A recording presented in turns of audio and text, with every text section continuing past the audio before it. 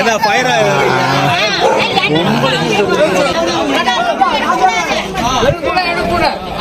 ஓட்டு போடுறது நாங்க, குத்துனது நாங்க, நீங்க.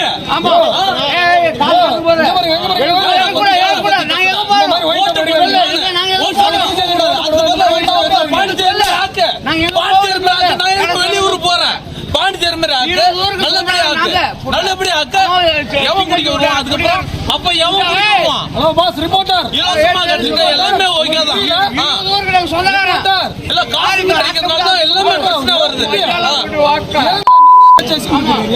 சின்னசேலம் அருகே உள்ள பெரிய சிறுவத்தூர் பகுதியில் செயல்பட்டு வரும் டாஸ்மாக் கடையை அகற்றக் கோரி பொதுமக்கள் மற்றும் பெண்கள் இன்று தீவிர போராட்டத்தில் ஈடுபட்டனர்.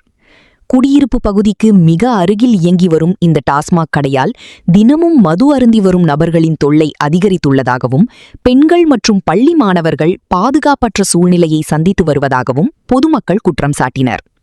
இதனால் ஆத்திரமடைந்த பெண்கள் டாஸ்மாக் கடை முன்பு திரண்டு அமர்ந்து போராட்டத்தில் ஈடுபட்டு கடையை உடனடியாக அகற்ற வேண்டும் என கோரிக்கை விடுத்தனர்.